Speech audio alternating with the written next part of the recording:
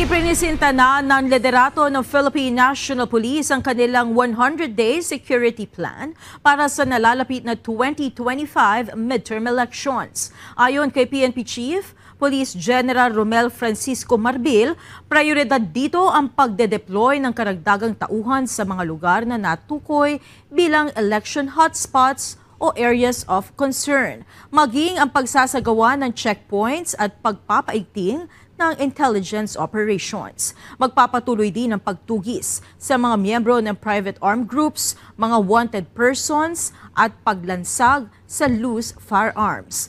Prioridad anya ng PNP na masiguro ang mapayapa, ligtas at patas na halalan sa darating na Mayo.